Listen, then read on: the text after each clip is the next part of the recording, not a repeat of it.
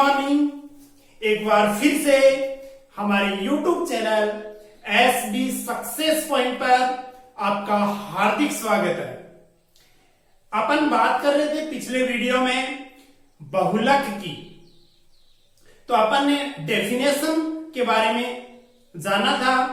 अब अपन बात करेंगे बहुलकों का वर्गीकरण, यानी बहुलकों का वर्गीकरण किस आधार पे किया गया है, उससे संबंधित बहुलकों के प्रकार के बारे में अपन बात करेंगे।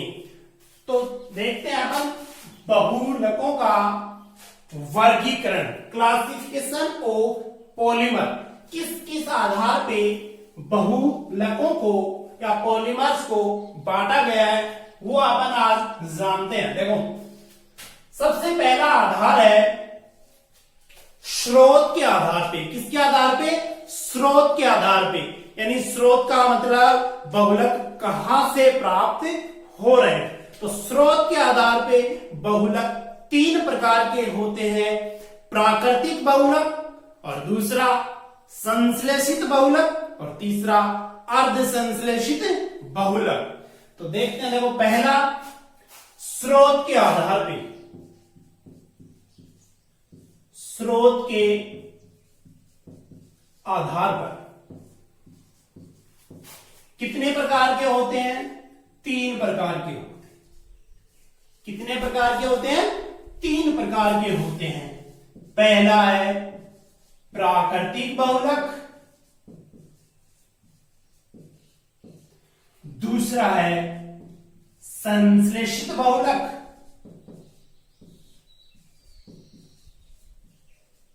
और तीसरा है अर्ध संश्लेषित बहुलक। अर्ध संश्लेषित बहुलक, ठीक है। स्रोत के आधार पे, यानी कहां से प्राप्त हो रहे हैं। अगर प्रकृति से प्राप्त हो रहे हैं तो कौन से बहुलक कहलाएंगे? प्राकृतिक बहुलक, यानी वे बहुलक जो प्रकृति से प्राप्त होते हैं प्राकृतिक बहुलक कहलाते हैं, जैसे जीव जंतुओं से या पेड़ पौधों से प्राप्त होते हैं। एग्जाम्पल की बात अपन ये पहले इनका वर्गीकरण पढ़ लेते हैं, उसके बाद में इनका विस्तार से चर्चा करेंगे, तो वहां पे देखेंगे। संश्लेषित बहुलक, दूसरा प्रकार कौन सा है? संश्लेषित बहुलक। नाम से अर्थ निकल रहा है, इनका क्या होता है? संश्लेषण होता है, यानी बनाए जाते हैं। यानी वे बहुलक जो मनुष्य के द्वारा बनाए जाते हैं क्या कहलाते हैं? संश्लेषित बहुलक कहलाते हैं। इन्हें कृत्रिम बहुलक भी कहते हैं। फिर तीसरा अर्ध संश्लेषित, नाम से अर्थ निकल रहा है, आधा प्राकृतिक होगा आधा संश्लेषित होगा। तो इसकी परिभाषा क्या होगी कि वे बहुलक जो प्रकृति से प्राप्त होते हैं लेकिन उनके रासायनिक गुणों में क्या किया जाता है? सुधार किया जाता है। क्या कहलाते हैं? अर्ध संश्लेषित बहुलक कहलाते हैं। एग्जाम्पल की बात अपन बाद में करेंगे। दूसरा आधार देखो, ये तो हो गया स्रोत के आधार पे, और दूसरा है एकलकों के आधार पर। जो एकलक इकाइयां उनके आधार पे, एकलकों के आधार पे, एकलकों के आधार पर, यानी एकलक इकाइयों के आधार पे, यानी किस तरीके से बांटा गया है। तो एकलकों के आधार पे दो प्रकार के होते हैं, समबहुलक और सहबहुलक। समबहुलक और सहबहुलक। समबहुलक का अर्थ क्या होता है और सहबहुलक का अर्थ क्या होता है? देखो, पहला कौन सा है? समबहुलक, जिसे होमोपॉलीमर कहते हैं, होमोपॉलीमर। दूसरा है सहबहुलक, या जिसे क्या कहते हैं? विषम बहुलक। सह को बोलते हैं कोपॉलीमर। क्या बोलते हैं? कोपॉलीमर। समबहुलक और सहबहुलक, सहबहुलक को विषम बहुलक भी बोलते हैं, ठीक है। समबहुलक के अंदर क्या होगा? एकलक इकाइयां समान प्रकार की होंगी और सहबहुलक या विषम बहुलक के अंदर क्या होगा, एकलक इकाइयां भिन्न भिन्न प्रकार की होंगी या एक से अधिक प्रकार की होंगी। तो परिभाषा क्या होगी कि वे बहुलक जो एक ही प्रकार की एकलक इकाइयों से मिलकर बने होते हैं क्या कहलाते हैं, समबहुलक कहलाते हैं। और वे बहुलक जो एक से अधिक प्रकार की एकलक इकाइयों से मिलकर बने होते हैं क्या कहलाते हैं, सहबहुलक कहलाते हैं। फिर अपना तीसरा वर्गीकरण आता है, वो आता है किसके आधार पे, बहुलकन के आधार पे। किसके आधार पे, बहुलकन के आधार पे, बहुलकन के आधार। अब बहुलकन क्या होता है, देखो क्रियाविधि जानते होंगे, क्रियाविधि या अभिक्रिया, यानी कौन सी अभिक्रिया के द्वारा बहुलक का निर्माण हो रहा है। तो ये दो प्रकार से होते हैं, एक तो योगात्मक बहुलक और एक संगनन बहुलक होता है कि वे बहुलक जो योगात्मक अभिक्रियाओं से मिलकर बने होते हैं योगात्मक बहुलक, और वे बहुलक जो संगनन अभिक्रियाओं के द्वारा बनाए जाते हैं वो क्या कहलाते हैं, संगनन बहुलक। यानी बहुलकन के आधार पे कितने प्रकार के बहुलक होते हैं, दो प्रकार के होते हैं। एक तो होता है योगात्मक बहुलक, योगात्मक बहुलक, और दूसरा संगनन बहुलक, संगनन बहुलक। योगात्मक बहुलक और दूसरा संगनन बहुलक। तीन आधार तो ये हो गए, स्रोत के आधार पे, एकलकों के आधार पे और बहुलकन के आधार पर। ठीक है, इसके बाद में चौथा आधार आता है, वो उसकी बात करते हैं अपन।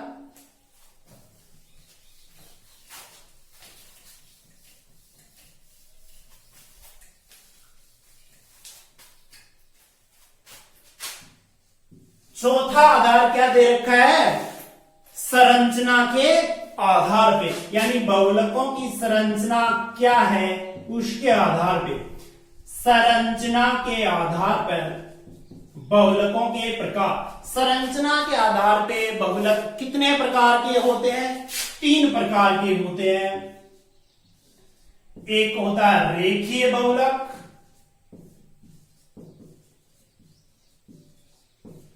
दूसरा होता है साखित श्रृंखला बहुलक,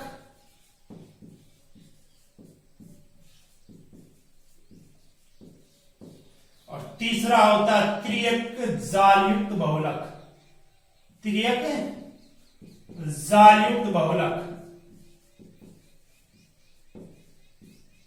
यानी तीन प्रकार के होते हैं संरचना के आधार पर, रेखीय बहुलक, साखित श्रृंखला बहुलक और त्रियक जालयुक्त बहुलक। यानी रेखीय बहुलक किसे कहेंगे कि वे बहुलक जो रेखीय संरचना के रूप में होते हैं रेखीय बहुलक। साखित श्रृंखला बहुलक यानी वे बहुलक जिसमें सीधी रेखा के अलावा शाखाएं भी पाई जाती हैं, साखित श्रृंखला बहुलक। और तिर्यक जालयुक्त बहुलक वे बहुलक जिनमें क्या होता है, तिर्यक बंध उपस्थित होते हैं, तिर्यक जालयुक्त बहुलक कहलाते हैं। ठीक है, ये हो गया संरचना के आधार पे तीन प्रकार। ठीक है, अब अपन अगले प्रकार की बात करते हैं तापमान के आधार पे। किसके आधार पे, तापमान के आधार पर। तापमान के आधार पे कितने प्रकार के होते हैं, दो प्रकार के होते हैं बहुलक। कौन कौन से होते हैं, एक तो वे बहुलक होते हैं जिनको गर्म करते हैं तो क्या हो जाएंगे, मुलायम हो जाएंगे। एक तो वे बहुलक होते हैं जिनको गर्म करते हैं तो मुलायम की बजाय क्या हो जाते हैं, और अधिक कठोर हो जाते हैं, और अधिक गर्म करते हैं तो वो जल जाते हैं। तो इनका आधार तापमान के आधार पे कितने प्रकार के हुए, दो प्रकार। जो मुलायम होते हैं गर्म करने पर वो तो क्या कहलाते हैं, ताप सुनम्य या ताप सुघट्टे,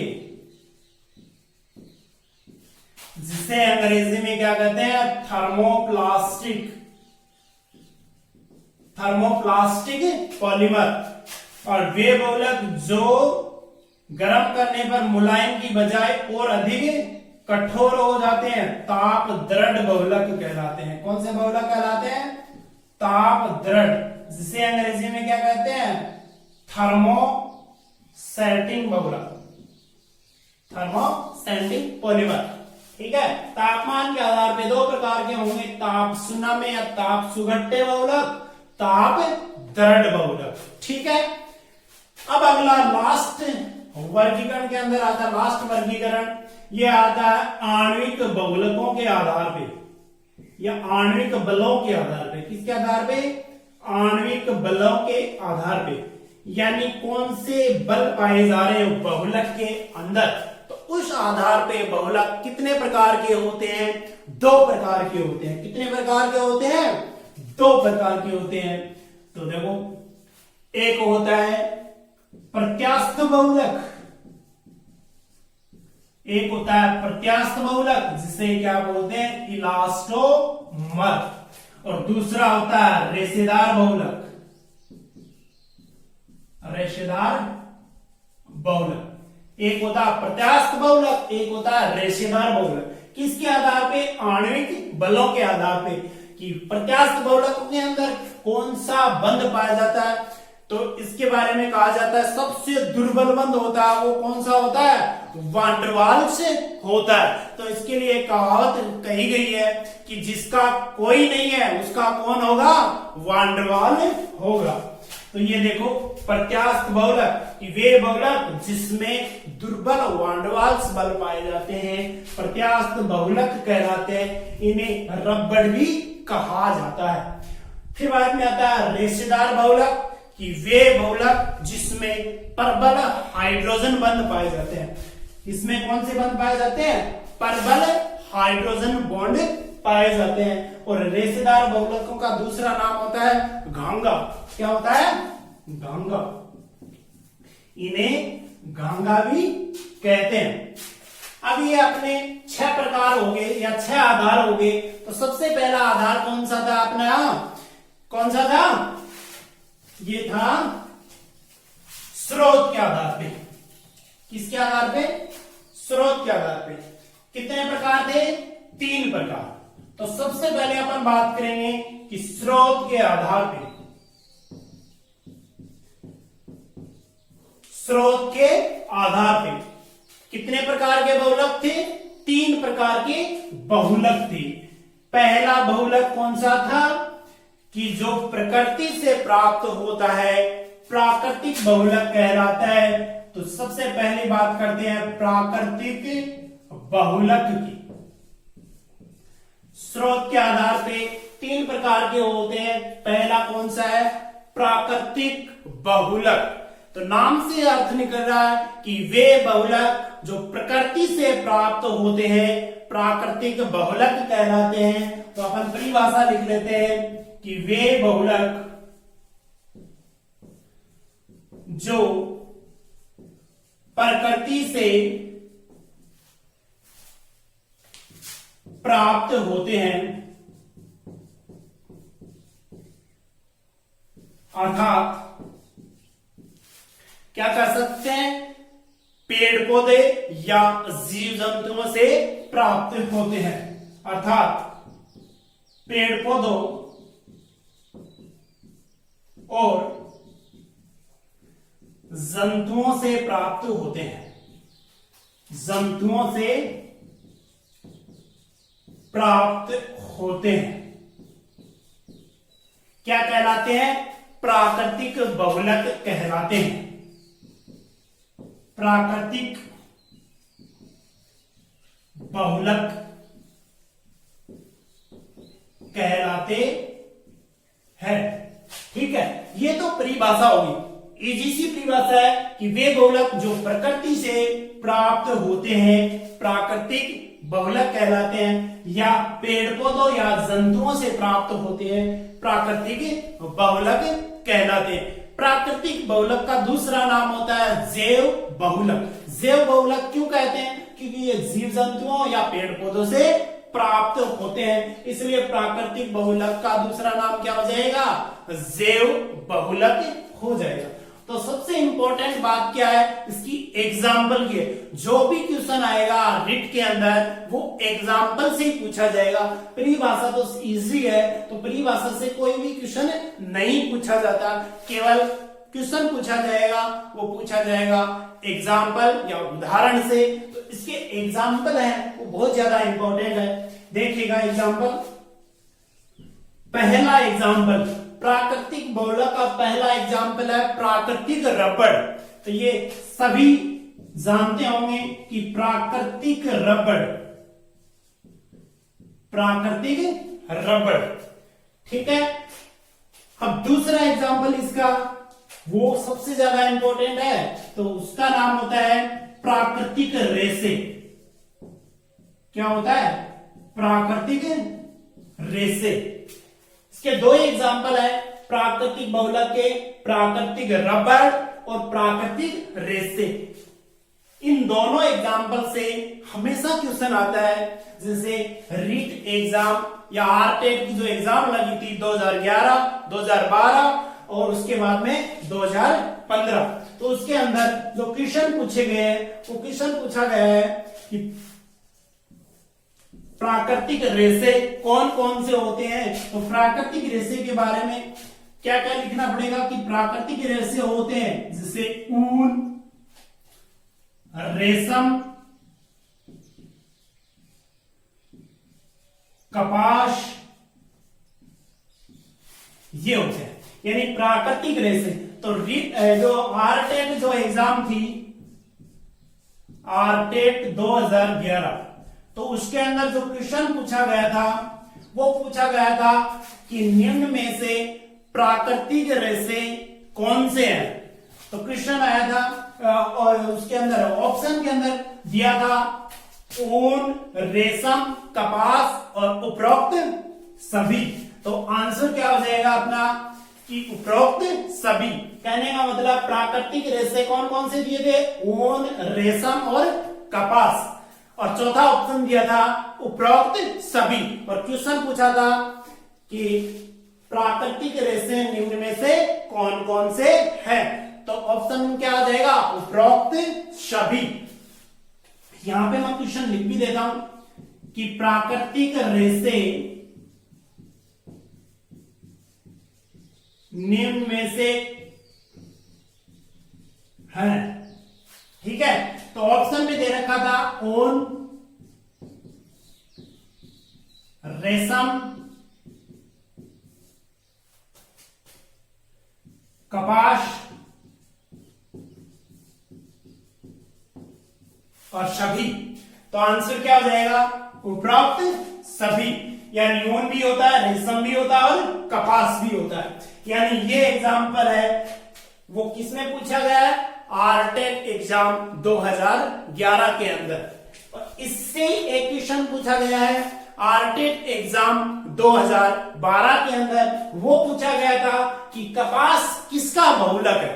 कपास किसका बहुलक है? तो कपास बहुलक होता है वो होता है सेलुलोज का। किसका होता है? सेलुलोज का।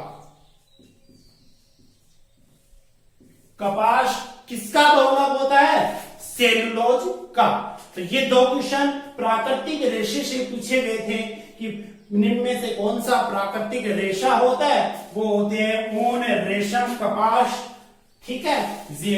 और इसके अलावा एक क्वेश्चन पूछा गया था आरटेट 2012 के अंदर। ये कपास वाला क्वेश्चन किसमें आया था? आरटेट 2012 के अंदर कि कपास किसका बहुलक है? सेलुलोज का बहुलक है। ये आपको समझ में आ गया होगा, ठीक है। अब अपन सबसे पहले बात करेंगे प्राकृतिक रबड़ की। किसकी बात करेंगे? प्राकृतिक रबड़ की।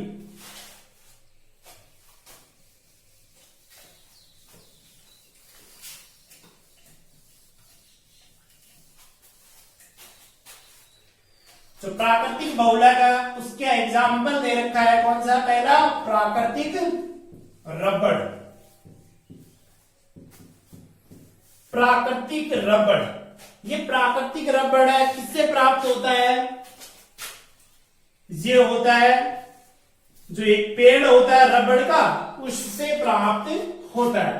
तो ये रबड़ का जो पेड़ है ये मान लो एक पेड़ बना दिया, इसका है रबड़ का, इसका वानस्पतिक नाम भी पूछते हैं, बोटनिकल नेम भी पूछते हैं कि प्राकृतिक रबड़ कौन से पेड़ से प्राप्त होता है, वो होता है, इसका नाम क्या हो जाएगा, हेविया ब्रेसिलियंसिस, हेविया ब्रेसिलियंसिस,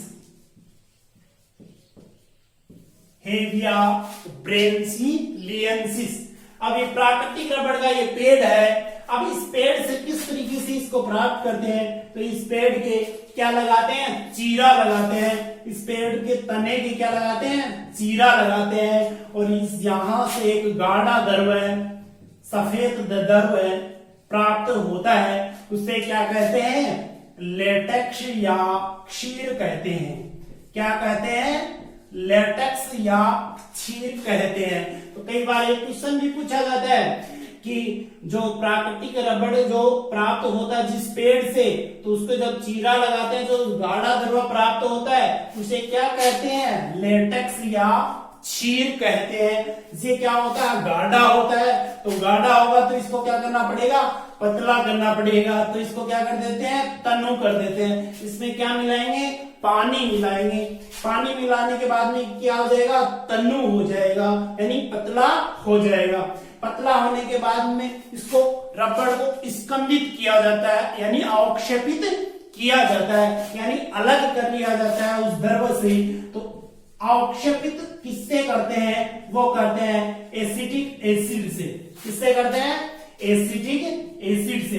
एसिटिक एसिड मिलाकर इसको अवक्षेपित कर लिया जाता है, वो क्या होता है, प्राकृतिक रबड़। यानी ये क्या प्राप्त हो गया, प्राकृतिक रबड़ प्राप्त हो गया।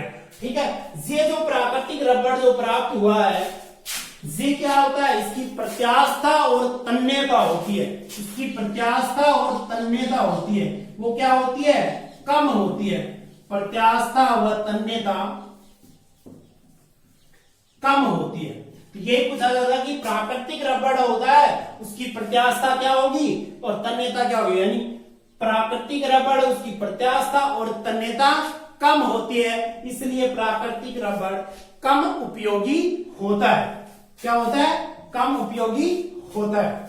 अब इसकी प्रत्यास्थता और तन्यता बढ़ाने के लिए क्या करेंगे, जो सल्फर होता है, सल्फर को क्या बोलते हैं, गंधक। जैसे प्याज और लहसुन में जो गंध आती है वो किसके कारण आती है, सल्फर के कारण आती है, और सल्फर का दूसरा नाम क्या होता है, गंधक होता है। तो प्राकृतिक रबड़ को जब सल्फर के साथ गर्म किया जाता है तो इसकी प्रत्यास्थता और तन्यता बढ़ जाती है। तो अपन ये बात लिख लेते हैं, यहां पे लिख देते हैं, प्राकृतिक रबड़